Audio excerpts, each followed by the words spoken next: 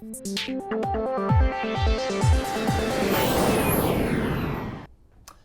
and welcome. My name is Joe O'Mara. I am the Head of Aviation Finance with KPMG. And on behalf of KPMG and Airline Economics, I'm delighted to be joined by Betsy Snyder.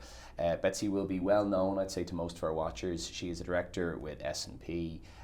Betsy, before we get into maybe the meat of the conversation, do you want to tell our watchers a little bit about your role in S&P and what you cover from an aviation perspective? Sure. Good to see you again, Joe. I am on the corporate side, so I'm involved with rating airline and aircraft lessor debt. I'm the primary analyst for the aircraft lessors globally. And I also work closely with our structured finance people on their aircraft ABS transactions, although there hasn't been much of that this year. We might touch on that shortly. So I'm involved with all facets of aviation at S&P. And maybe to ask you first around the macro environment, and I should say we're recording this in New York at the end of October. Can you talk to us a little bit about how that macro environment has evolved over the course of this year, right? So we are very conscious of just the huge levels of uncertainty that are there, whether that's interest rate, oil prices, inflation, currency. Can you talk to us over just the challenges in assessing kind of risk and performance with that level of uncertainty that's out there? Yeah, I mean, especially for somebody, I've been doing this for many years, and I've been amazed at the level of airline travel that we've seen over the last, maybe not, I fully expected it through the summer because there was a lot of pent-up demand. A lot of people hadn't traveled for a long time.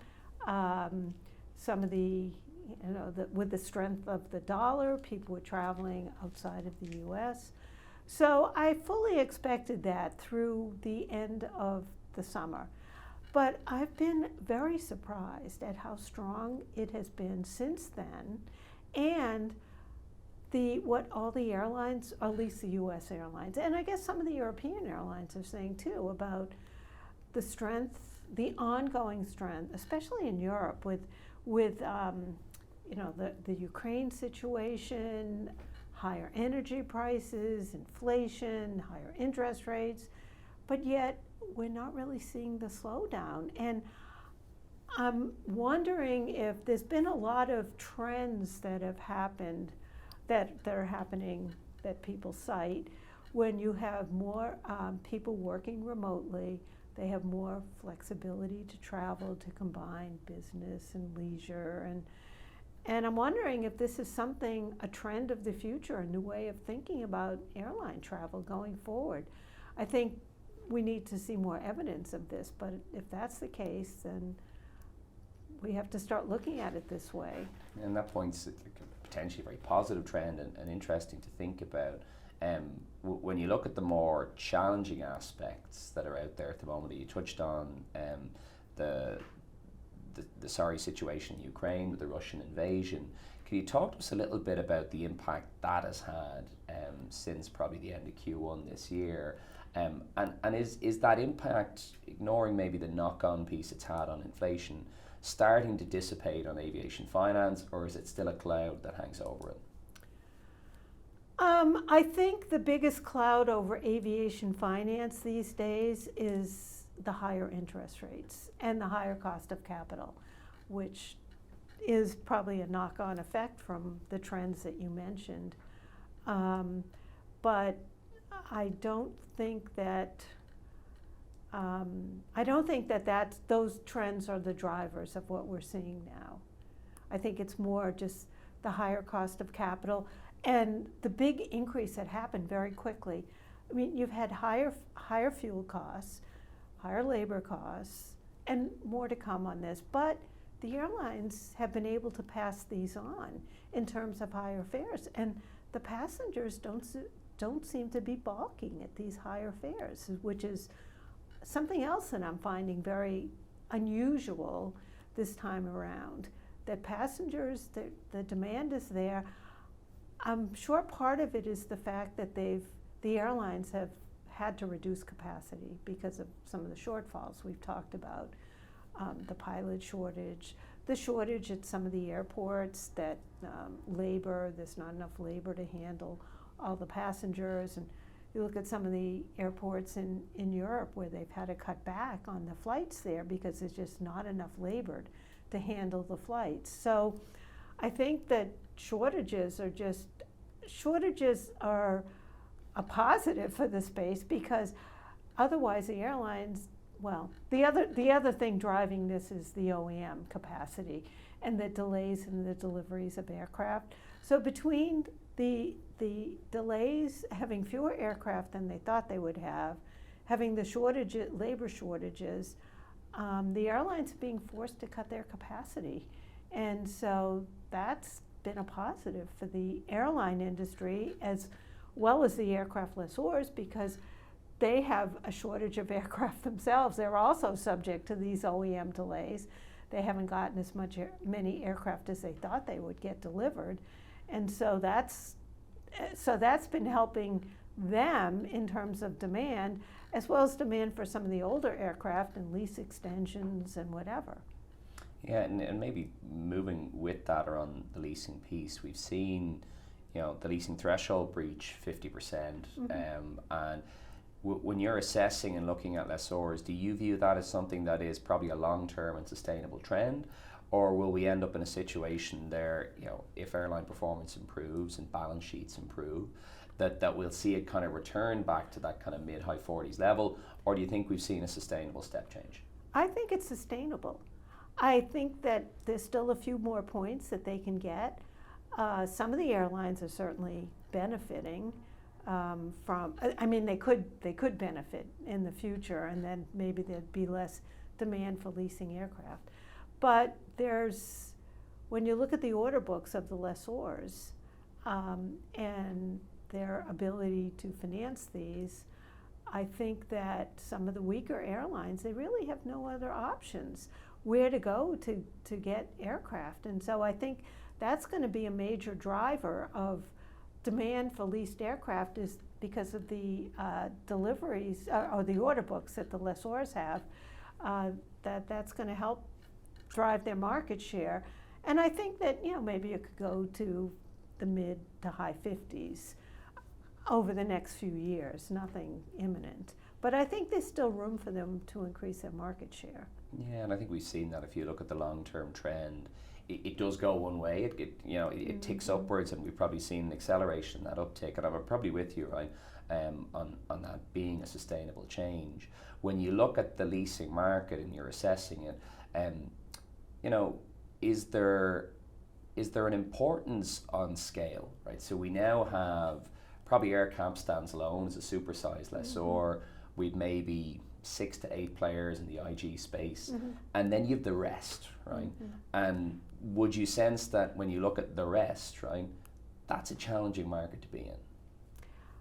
I agree with you. I think that the large investment grade lessors are the ones that are in a better position. I think they have access to capital. Maybe they don't have access to the capital markets, but at some point they will go back to the capital markets. If you look at what happened when COVID started and AirCap went back to the capital markets, they had a successful transaction, and it was very high cost, but it opened up the door for others. Now, I think that you'll probably see some consolidation of some of the smaller participants. And I think that they will have, although there are, I've been hearing at the conferences, there is access to capital in terms of from the banks. And the banks are anxious to get into this space again, because with the capital markets being so strong in 20 and 21, they were kind of shut out. So they want to get back in again, but the banks only have so much capital. And so I think you will see some consolidation among some of the smaller ones. Can I ask you on that, just what constitutes small now, right? Because if you kind of look what's happened, and you say that the consolidations that's happened over the course this year is imminently about to happen, it's in that 100 to 150 aircraft kind of lessor. which we never used to call small, but maybe that's what small is now. Just your thoughts Well, around that. yeah, I mean, you look at the Carlisle bought Fly last year, AMCK. You have SMBC in the process of buying Gus Hawk, which is still a few hundred aircraft, but it's going to make them the second largest after AerCap. And so I agree with you. It used to be only a few, maybe 100 aircraft was a good size. But I think, probably bigger is better these days. And you referenced the capital markets a couple of times, and as you say, that AerCap transaction in kind of mid-20 kind of just reopened it. And I guess we saw lessors fill their boots effectively, right, over the course of 21. Yes. even parking the AerCap GCAS raise, huge levels of raising at exceptional rates, which has bought them a lot of headroom, but they're going to have to go back. When is your expectation is when we will see the IG-rated lessors return in a more challenged interest rate environment? Good question. That's what we've all been wondering. I mean, AerCap has said publicly that they don't have to go back this year, not till next year. Avalon on their earnings call yesterday said they have enough liquidity. They don't have to go back for a while. Those are the only two that have said anything publicly. It's my thinking that it's going to have to be AerCap or Air Lease that go first. And so far, neither of them have indicated when they plan to go, but they benefited from the fact that their CapEx is way below what anyone expected and their need for debt because of the fact that, these delivery delays. But at some point, these delays are going to ramp up. Capital spending is going to increase. So I think somebody's going to have to do something in 2023. Yeah, because it feels like we're just at a bit of a clog in the market, right? Yeah, so we're at that situation where, as you say, slow on delays, which means the big guys aren't packaging portfolios, aren't putting them out, and then we just have a challenged trading environment. And despite the fact, as you say, the traditional aviation banks seem to have the capital and are there, something's got to give, and it kind of when it gives, right? Definitely. And when you think about it, because the capital markets were so liquid in 20 and 21, that the average cost of capital for most of the large lessors is still pretty low. So even if they had to refinance something, it's not going to have a substantial impact on their overall cost of debt in their capital structure for a while. I mean, look at AerCap. They raised $23 billion last year to finance GCAS. They really hit the market right. They were lucky they did that last year, because if that had happened this year, it would have been a whole other situation. Yeah, entirely right. And the other portion of the capital markets, which you referenced earlier, was ABS, right? So we saw that market rebound with nearly surprising speed in 21. We knew at the start of this year there were a lot of deals in the pipe. And sentiment-driven market, we have Russia, and now we have rates.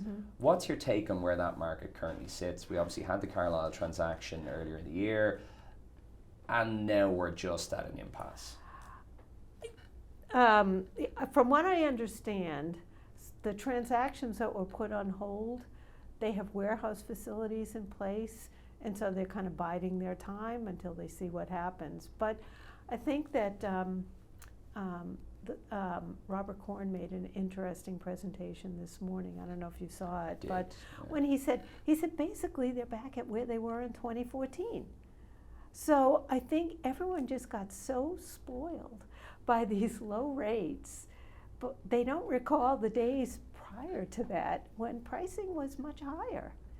So we'll be in a round trip back to where we were 8 years ago. And presumably to get there or to unclog that market, the challenge we have is lease rate factors, right? So we are seeing, and I guess the question is, would you agree, we're seeing an uptick, but it's just not correlating with the acceleration in interest rates. Exactly. I think I think on new deliveries, it's okay, but it's on the existing lease rates, because because the lag is just not, it happens so quickly, so the question is, how long is the lag going to be before they can reprice these? As aircraft come off lease and they're renewed or extended, then they have that opportunity. But if they signed leases, within the last year or two, it's going to be a while. Yeah, and I guess that's a challenge if you'd packaged a portfolio and you're ready to go. And your warehouse will get you, 12 months, 24 months, but then something's got to give. Yeah. You referenced the aviation banks are back in the market. Just what are the other options, right? So you obviously have some of the non-traditional lending platforms that have come over the last couple of years.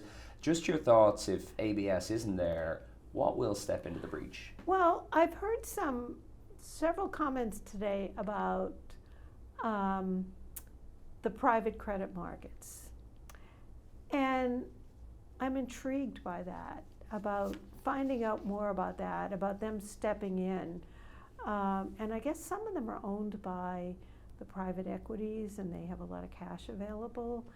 And I don't know if private equity, the private credit markets are just going to step in for now, and they serve the purpose of maybe a warehouse facility, and then hope to take it out at some point in the future. But I think that's an interesting alternative that we haven't had that before. I think seeing how that develops over the next kind of 6 months or so will be interesting. Yes. If you posit that ABS is probably Q2 next year, maybe, right? At best. Can I ask you then, from an asset class perspective, we talked about the uncertainty that's there for aviation, but kind of uncertainty is there for everyone, right? That interest rate environment affects everyone. The inflation environment affects everyone. Aircraft as an asset class, we've seen an awful lot of sophistication in relation to it over the last decade or so. The capital markets unsecured piece speaks to that. How do you think aircraft as an asset class stacks up in this highly uncertain environment? Well, I think it's tainted by a few things. I think it's tainted by COVID and the lease restructurings that happened during COVID. I think it's tainted by the Russia situation, which, by the way, is a positive for the sector because you have over 400 aircraft that are stranded in Russia that are out of the global fleet.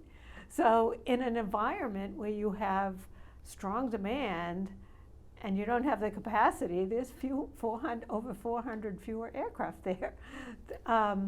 So I think that those... So as long as you don't own the aircraft that are over there, right? Well, you're the one who was responsible for all the impairment charges. But I think, and by the way, we looked at these impairment charges. We did a review of everything, and we still affirmed the ratings despite the impairment charges, because the other things we thought mitigated those impairment charges, and we saw that the strong demand and the less debt coming in because less need for capital spending and debt, that offset it somewhat. So we actually affirmed everything despite those huge impairment charges that the lessors were forced to take. And in theory, they're into contingent upside now, right? So we'll see where that insurance market will go. That's a medium-term play, right? And we're not even factoring any insurance recoveries into our ratings because it's such a unknown. When and how much. Agreed. And can I ask you then, just shifting gears a little bit on ESG with a particular focus on the E, right? So a lot more chat in the space over the last couple of years around it, understandably so. As we exit a crisis of COVID into certain other crises, it will continue to increase in importance. When you are assessing from a credit rating perspective, how much of an ESG lens are you applying to your assessments? Well, we have something that we instituted last year called ESG credit indicators. They actually represent something that we've already incorporated in our ratings anyway.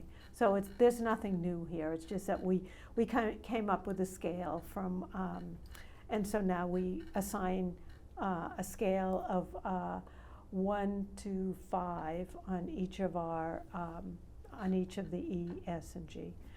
For the lessors, they're pretty much all 2s, which is pretty much neutral. And is that just speaking to the technology that they own typically? It's yes.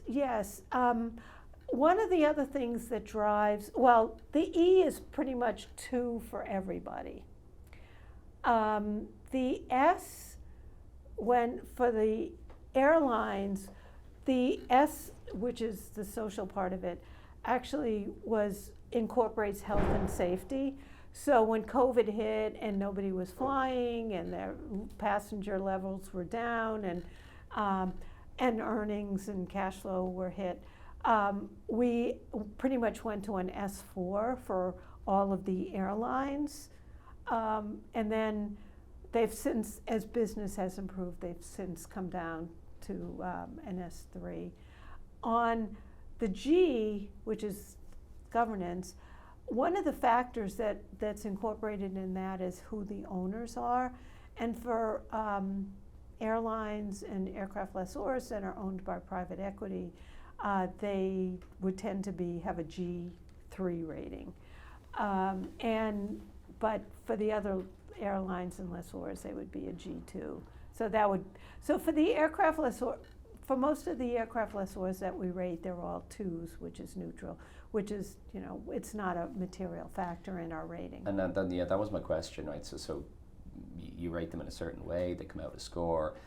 How impactful is that yet, or is it that impactful on how you're rating them? No, because part of, especially the airlines or the lessors that have large order books, we view that as a positive already in our rating, because we think that they're going to benefit from strong demand because they have access to new technology aircraft, and they will be, so there'll be strong demand for these aircraft going forward, which is what we talked about before, how we think that the market share of the lessors could go higher than the 50% it is now. So in doing the assessment that you do on lessors, presumably it's predominantly then, or it's an airline credit focus and an asset focus. When you're looking on the asset side, how much of a negative is it if you're not in narrow body new tech? It's not.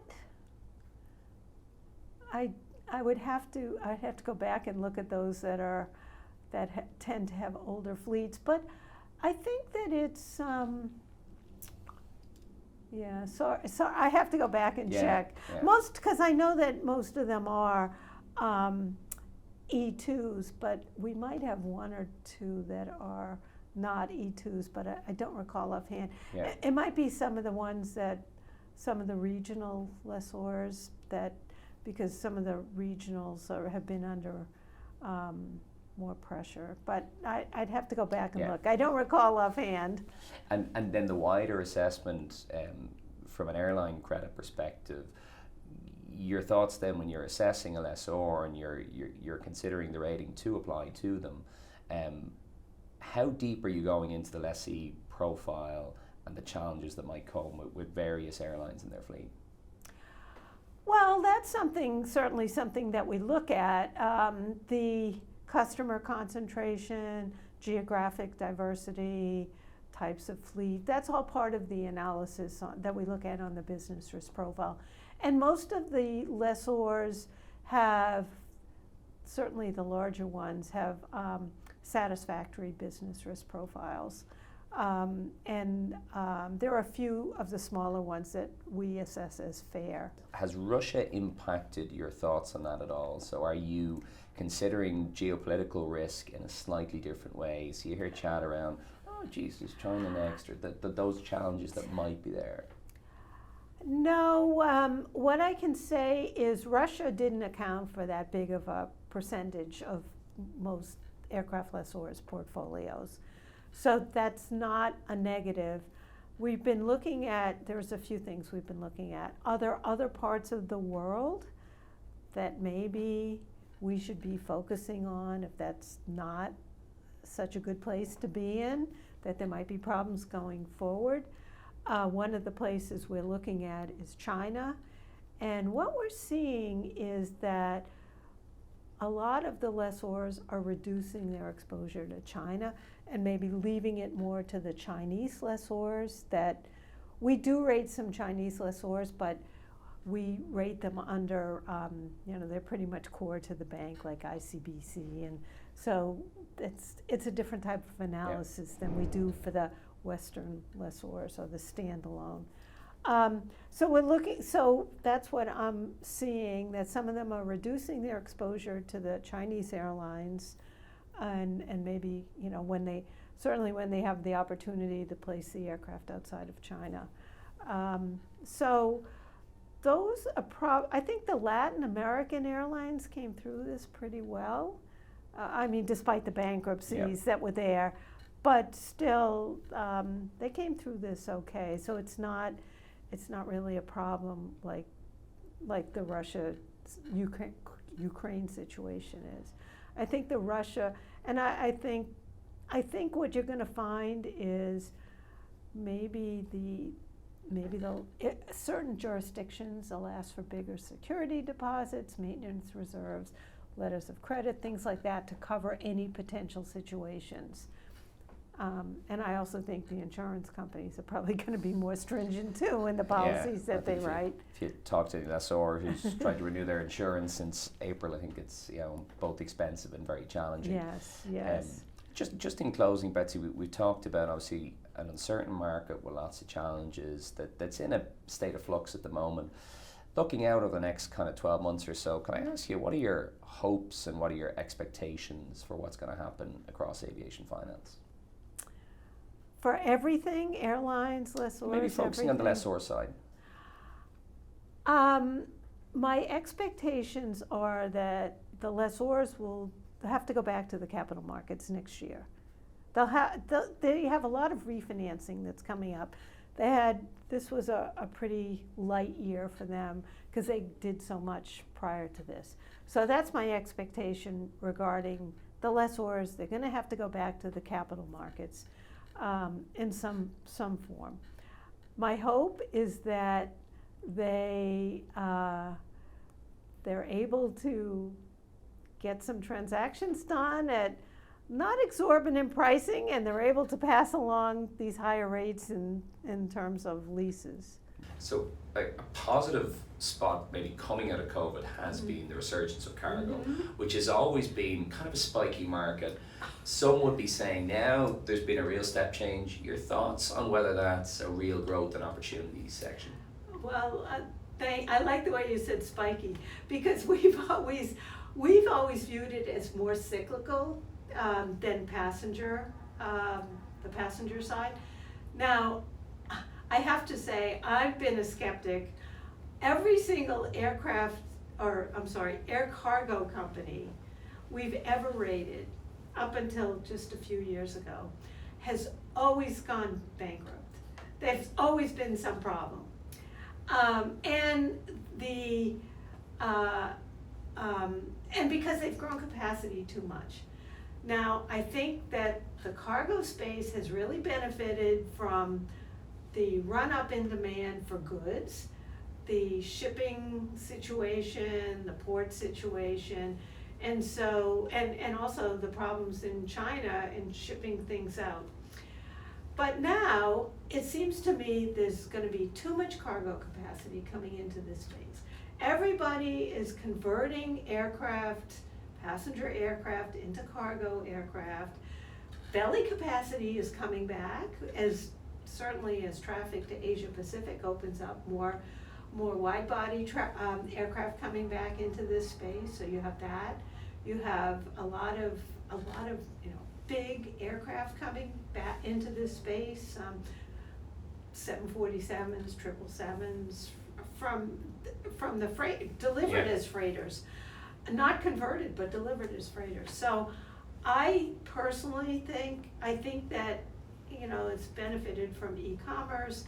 I think e-commerce is still going to continue to grow, but not at the levels we've seen. So I am a skeptic on what we are going to see in air cargo going forward. I think there's going to be too much capacity coming into this market. So not a genuine step change. We're probably still into a cyclical piece. Still spiky, as you said. Betsy, I'd like to thank you as always for your insights and wish you and S&P a very successful 2023. For all of us. Thank you, Joe.